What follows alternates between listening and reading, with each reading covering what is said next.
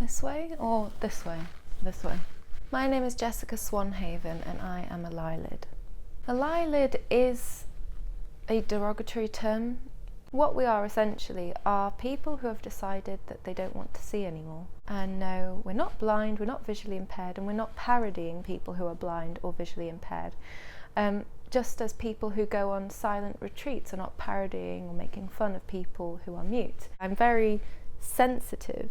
I am easily overwhelmed, and actually I find I'm less productive when I'm taking in everything all the time, all at once, everywhere. It is a shame that we live in the kind of society that is very, very suspicious of moves like this. I believe that we are in a sort of pioneering moment where that is going to change. I just don't think it's that weird to just decide to not open your eyes.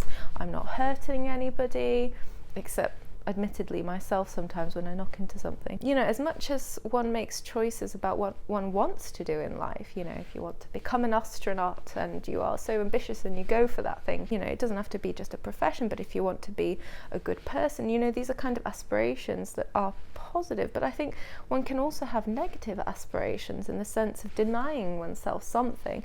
And we do see that type of behavior in a lot of different spheres, and often it's respected. Often, you know, you can conceive of respecting a person for opting out of eating meat. You can respect a religious person for opting out of marriage and pursuing a life of a sort of spiritual focus. In fact, that sort of spiritual dimension to denial is present in a lot of the examples I'm giving. The idea that relinquishing something is related to spirituality is, I think, is very interesting.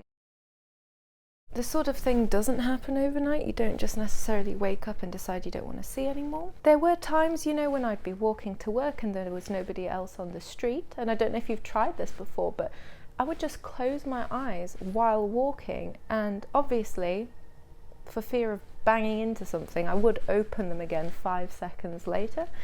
But I would play this game with myself where I would, you know, slowly extend that period of time and see how long I could go with my eyes closed. I played these little games which I think at first I thought of as just sort of games, as sort of dares. And then I sort of took the game to another level whenever I came home again. I started playing around with how long can I go without seeing inside my flat, and I just started to get better and better at it, to the point that I could go through an entire morning routine before leaving for work in the morning without opening my eyes, from the moment of waking up to the moment of leaving the door. It started to transform from being a game to being something I sort of longed for, something I sort of missed when I opened my eyes again. There was always this little feeling of regret or nostalgia the moment I opened my eyes again, and the sort of violence of the light flooding in again. When I reopened them, I felt sorry for the period of non-sight. I felt sorry that I'd sort of lost that. I suppose the moment I started to feel that this was getting out of hand, or the moment I started to feel a sort of dawning sense of the pathological about what I was doing, is when my activities started permeating the public realm, when I started taking what I was doing inside, outside. Either well-intentioned people would approach me, you know, offering me help, thinking that I was blind, and then that would end up making me feel like a fraud, or people who, for example, knew me and would kind of just think I've gone bonkers. You know, I'm not completely disconnected from the way things work in the world. I do understand that just going into public and being full well able to see, and then just not opening your eyes when you're talking to somebody, for example, is, you know, just looks absolutely crazy. And then people are going to fear you because you're not following a social contract. Nobody does that. Why are you doing that? There must be something wrong with you. And it's so funny that something so innocuous and peaceful and harmless as choosing not to see anymore should arouse so much suspicion, should arouse so much kind of hostility, to the point that my job was threatened, to the point that I started to attract so much media attention. And for what? I just don't want to see. It was maddening to me, because I just kept repeating, and that was my mistake in the early days, was to kind of aggressively assert, but I just want to not have to look at things anymore. Why is that so hard to understand? Light can really sort of harass you. I mean, have you seen the world outside? Have you seen traffic? How sort of bizarre and chaotic and kind of carnivalesque that is? How does anybody kind of get anything done? It's extremely distracting. It's a sort of kaleidoscope of madness. It's a sort of colourful cacophony.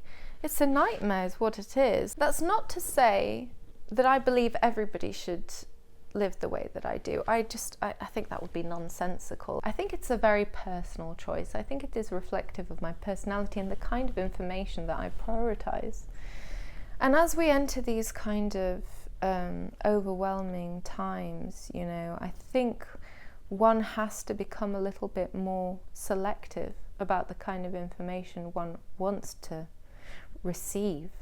When people delete their social media accounts, that's people saying, I'm tired of this, I just can't, it's too much for me, I can't take in that much information. Humans generalize, humans kind of are pattern recognition machines. So anything different, I suppose, is scary for a good reason, because if I'm somebody who chooses not to see when nobody else does that, what else am I capable of that doesn't follow the social contract? I suppose that's the kind of argument. It's not so much the not seeing, but what else is she sort of capable of if she is so bold so as to not conform? I don't know what the answer to that is, other than having a conversation and kind of hearing each other out, because hopefully after listening to me talk for a bit, you can see that this is not kind of symptomatic of a wider disregard for rules, societal rules. It's just simply I assessed this situation and I thought, why not? Why not? And sort of when it occurred to me, I just thought, how hasn't anybody else not done this? And then my subsequent thought was, people have done this. They've just done it in private. They've done it just the way I did it in my flat.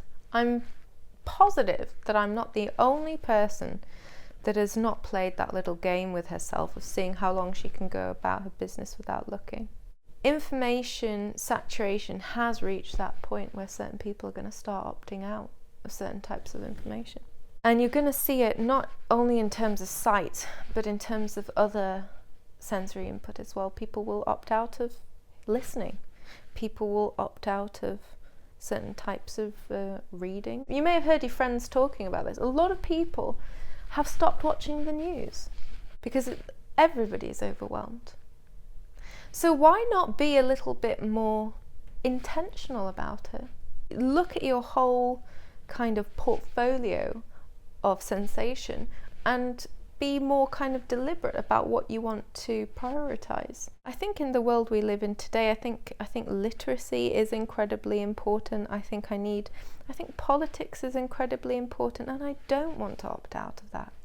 But to maintain my sanity, I need to opt out of something. And it's not for me, again, there's so many misinterpretations that can appear left, right and centre when it comes to this sort of thing. But it's not some sort of endurance test. It's not some sort of masochistic sport. Some people do also take it that way, deriving a sense of, I suppose, superiority or pride in the idea of abstaining from something.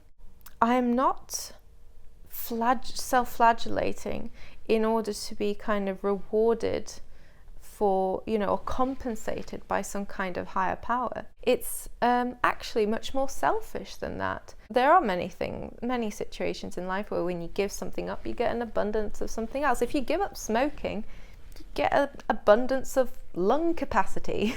You know that great feeling you get when you clear up your cluttered desktop? It's kind of like that. Or what people get from living a minimalist lifestyle, I suppose. They don't have to dust lots of miniature items on their shelf because they don't have them, so they sort of gain time from having to do less chores. And I find the other thing, the sort of masochistic endurance sport kind of interpretation of abstinence kind of really just sort of defeats the point, because it's a bit like trying to please somebody else, trying to please a parent, a god figure, in the hope of getting a reward. And there's something very infantilizing about that, self-infantilizing. And no, I'm not dependent on anybody. I'm not waiting for anybody to give me anything. I'm giving this to myself. Since I started living this way and since I became a Lielid, I have thought a lot about Plato's cave, and I've thought a lot about, the people who are staring at the shadows on the wall. He said the philosopher was the one who somehow manages to kind of get up and leave the cave and see the world in full resolution. But I wonder, is that true? Were the people sitting inside the cave still seeing something that actually the philosopher could no longer see, precisely because he left the cave?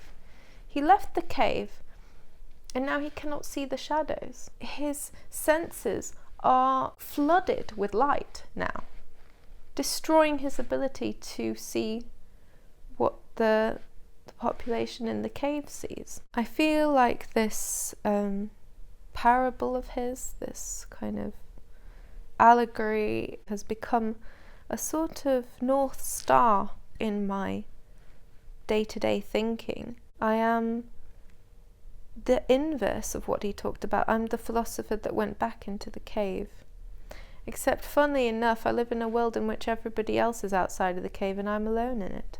I wonder whether people will join me in the cave someday, and whether we might begin to develop our own cultures that are more focused around the type of information that we deal in. I wonder if it might, for example, lead to a literary revolution. I wonder what writing will look like if more and more people opt out of seeing, and whether the colour, the texture of that language will be different somehow. It might not happen within my lifetime that any significant number of people join the dark side. But for now I'm happy with my lot, because remember, the decision to close my eyes forever was a very personal one, and one that benefited me immediately. And now I feel like I've retired from the world of seeing and have all this stretch of time ahead of me to think, to create, to live as one who is more in control of her mental real estate and with what kind of materials she wants to play and live with. I recognise that this is an embarrassment of riches that I'm dealing with. I accept that abundance. I accept also the limitations of my machinery to cope with all that abundance. And I do what any good machine does, and I optimise.